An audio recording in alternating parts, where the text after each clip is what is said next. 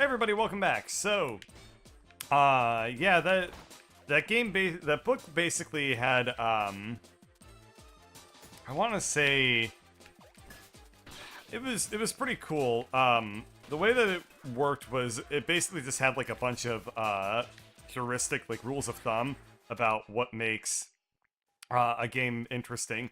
So it was things like when you're people find like the act of learning to be inherently like kind of fun and rewarding.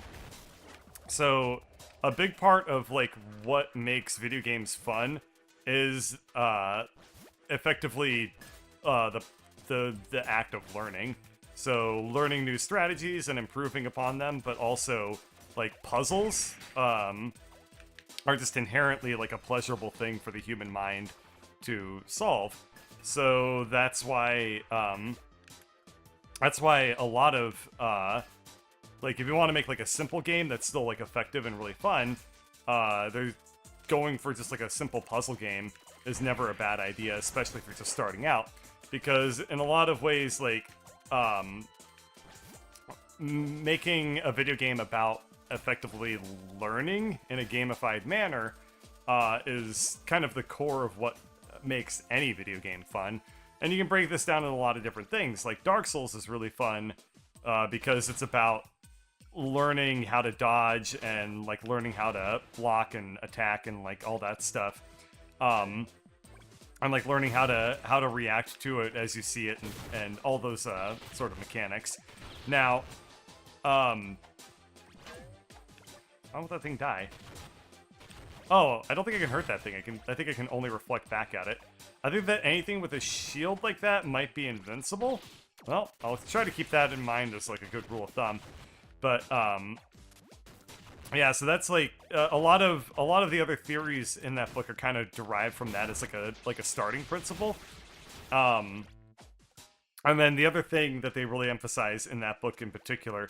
Oh, interesting. The smog is like water. It will kill me if I stand in it for too long. Okay. That's kind of cool. But yeah, so the idea is that mechanic kind of sucks. The fact that I can reflect the grenade and still get hurt by it feels like it kind of defeats the entire purpose of blocking it at all when I can just dodge it instead. But hey, whatever. I'm sure I probably need to... For maximum effectiveness, I might as well just be doing a combination of both. But yeah, another very big thing that they emphasize is the idea of like a core mechanic. And they say that every video game kind of boils down to one central thing that they try to do really, really well. And you can point to a lot of video games where, of course, that's very well known. Like, in Halo, the core idea was... Hi there, sexy. The core idea of Halo was that they basically set up 10 seconds of gameplay, and they decided to see... it was every 10 seconds in Halo was designed to be a very similar experience, where it's like you identify a threat, and you hide from it or something, and then you figure out how to kill it. Now, I don't really know, I haven't played Halo single player or multiplayer all that much, so I don't really know how accurate that statement is, but we'll just assume that's accurate for the sake of the discussion here. So, the idea is that they got this like 10-second effectively loop of what they wanted the game to feel like at all times, and the players they just played through that over and over again, and they learned they would tweak that formula by saying like, okay, this time it's a slightly different enemy, or this time you have less ammunition, or this time you have like a different gun, stuff like that. Usurper shot. I don't know what this does. Well, oh, it's an upgrade for the blaster, apparently. Oh, maybe I need to hold it down even longer. Ah, I see. If I charge up even more...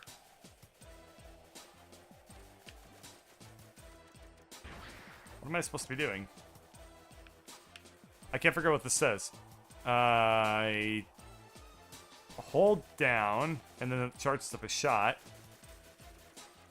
How long do I need to hold this down? Do I need to hold down even longer?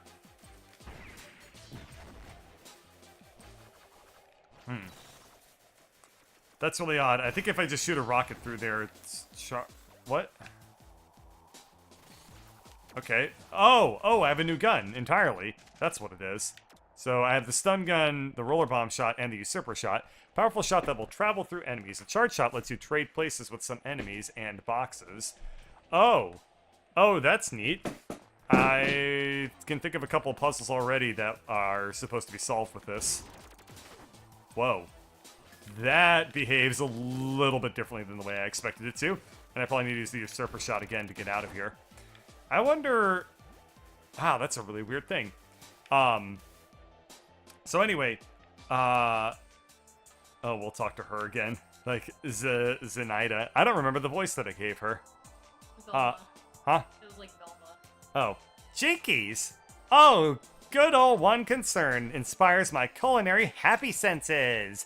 Hey, I hear a scientist here in One Concern distracted bad habits with new devices. Haha, perhaps with some edible circuitry I could bake a singing Danish. I don't know. I don't know anymore. I really don't.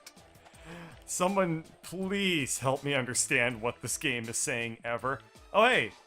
Captain Cowboy's gone. Neat.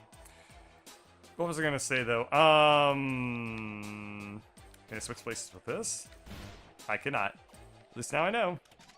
And I think I just exit to the right now, because it looks like I'm not supposed to actually travel to the left at any given point. Cool.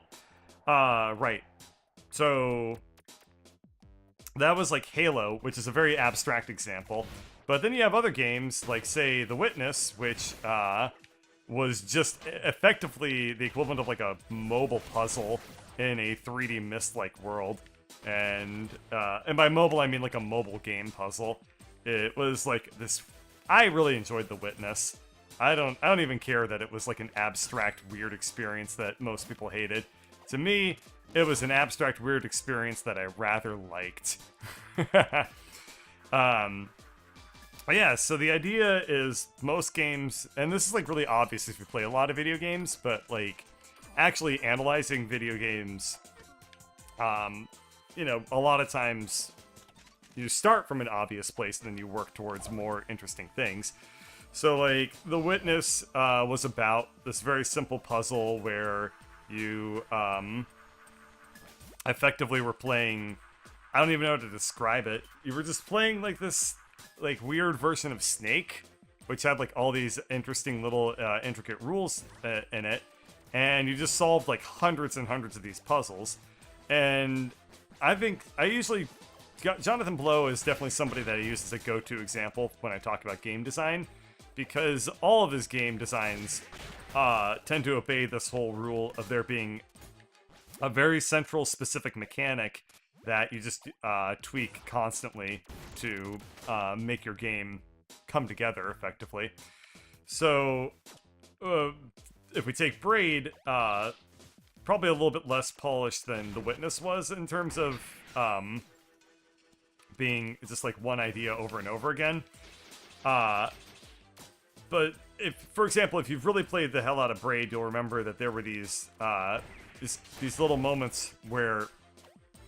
How do I get in here? Can I trade spots with the usurper gun? I can't. Was I supposed to trade spots with something? I'm not able to get into there. I can't throw a grenade. That's not going to do any good. Wait. Is it? No. That'd be hilarious if I could switch around with my own projectiles. That would actually be an amazing mechanic if I could do that. Combine... Yeah, see, there's a great idea for a game right there. You have a gun that lets you... Like, it's just... You shoot a projectile, and then you could trade spots with the projectile. Like, you could totally make an entire video game about that as, like, your central premise. And then all you would do is, like, hey, you know, sometimes you have to kill enemies with it and stuff like that. But anyway, as I was gonna say, with Braid, if you've played a lot of Braid, you'll remember that there's this one level that's, like, this recurring thing, where there's an enemy with a key at the bottom of a pit, and you just what you do is they put this at the start of every world, and you have to solve it differently every single time. So that's a great example of a tutorial where it's a very familiar thing and you immediately know how to solve it, but they put Jonathan Blow put a twist on it every single time. So for example, in one world, you would like have a shadow version of your player character, and you would, what the hell was that? I guess instead of swapping places, I just make the thing freak out like crazy. So you could either, in one version of the puzzle, you were like swapping, shadow, like the shadow clone of yourself, and in others, you were like manipulating time to do it. But the point is, it was central idea, tweaked, and it's another ancestral vessel? Like, in my town? What have they done to it? There's one in here, in their hands, taken apart, scribbled on. No respect. These are our underwater sex chambers. I have to stop these people somehow before they defile and destroy everything. We need to get this out of here somehow. It has to be possible. I don't know. We assumed all humans would have come from one of these. Tearing the vessel apart shows they don't care. Your people treat things like it's only theirs, sucking ivory out of everything, turning it to dust. The world will be dust before they're happy. There's no damn faith here. We'll beat them to death. Nothing gets in our way. What? Hey, sorry, I'm just really pissed off. I'm not saying we go on a rampage. Ignoring all the rampage shit that you just said. Well, not yet. There we go. I need to tell my people about this place. I'm not going to go on a rampage by myself. I need to get a whole death cult to come out of the ocean to kill you all. Wow. Poor Robin. It's very hard when your best friend is a religious extremist who comes from an underwater death cult. But, you know, good on Robin for... What the hell? Oh, unexpected twist? Alright, watch this. Who's ready for swappage? Oh. I think I screwed up. Alrighty, I have a different idea. Instead of throwing it to a part that I could never possibly reach, what if I just throw it to the halfway mark? Ow. What's the point of... Okay, all this isn't even, like, worth doing because I can just eat the damage. It doesn't even matter. Well, whatever. But yeah, so Jonathan Blow always designs his games around that sort of stuff, and it's a very easy go-to example of if you want to talk about like game design theory, then he is absolutely the man for a lot of that. Question. What? Alright. On the limits of the hitbox. Cool. I bet I can figure this out. Alright. And then I just want to shoot the swapper straight up. Perfect. This is going to be probably the best level in the whole game. I'm not going to lie. I envision that as long as the swapping mechanic ends up being as cool as I think it will be, this is going to be probably the best designed stuff in the entire game so far. I think I'm supposed to use a fully charged shot to kill the red. I didn't do it right. Is it just a rolly bomb? There we are. Yeah, okay, it was just a rolly bomb. And I think I'm just gonna use the usurper gun to swap with this thing, and then I'll use that to kill this guy. Oh, I see. I wouldn't be able to climb up into here. Huh. Oh, I see. Charge up the usurper shot and then time it. Gotcha. Yeah, this is so clever. I love this section right here. But yeah, he also talks a lot about game design, and if you want to get into this stuff pretty earnestly, then you can watch like a lot of his talks at GDCs and stuff like that. Like there was this one that I thought that was very fascinating, where Jonathan Blow was talking about all of his failed projects and why they were failures. That I thought was one of it was so cool. So he talks about basically this one game that was the inspiration for Braid, and what it was called like Time Pool or something like that. And what it was basically a pool simulator, except that you could I forget what you could exactly do. Oh, you could see the future. That's right. So it was a pool simulator where you got to see exactly where every ball would end up as you after you like hit the cue ball. And the theory behind it was that it's so hard to talk because I'm like, well, now I need to pause while I finish my thoughts here. But what it was it was supposed to take like the execution difficulty out of pool. Like you don't have to actually measure out the angles or anything like that. And turn it into a strategy game where you would just try to set up traps for other players, but everything would be executed perfectly. And the reason that he ended up not making this thing was because it turns out that pool is a super great example of the butterfly effect, where if you hit a cue ball at 31 degrees versus 32 degrees, everything on the board goes completely differently. And he said that it was just unplayable because nobody could ever predict what was actually going to happen in a lot of ways, even with all of the information that's presented to you for free, effectively. So he ended up not making that, and he made Braid instead. Cool. The EC's continued mining of ivory pustules is turning out to be the reason for all these frequent quakes. Oh, that's what those are. I always thought it was just a train in the distance, like, driving around. But I guess those were just earthquakes. Or I thought they lived in California. If all projects are to have enough time, we really need to stop their continued draining of the planet's structure and do it meow. Also, I can't concentrate with this pounding noise going on in my ventilation. Can an engineer come check it out? Was it, like, all this stuff? What is the blue shit, too? So they were working with ivory, but then it also seems like there's another, like, end-of-the-world apocalypse mechanic going on, where there's, like, this blue shit that's taking over people's bodies. Executive research offices. So these, like C-level I work in a bureaucracy, and the phrase executive research makes no sense to me. What am I to expect? They're researching executives? Or, oh yeah, the CEO is doing research. Business. I had it reported to me that a group of Chemico have found yet another way to generate power without ivory. Once again, investigations into how it showed that applying any of these practices implies a massive regression in technology, and even then, the generators would require their own buildings. We might as well give up against the EC if we ever attempted any of those suggested measures. There are still no records of the past world having the planet's spines. We do note that it broke apart in the same manner as the moon has, however. The property of ivory is clearly one that keeps matter together at a sub-microscopic level. It is truly the weaving fabric of his making, the spun silk of the starworm. The creation myth also involves a dune worm. Alright, fine, whatever. I think I know what I need to do. I need to hit this behind the snake and into that little pocket. Ow. I need to come over here and then hit the grenade backwards behind the snake. Back there. Never mind. I need to get a little bit closer.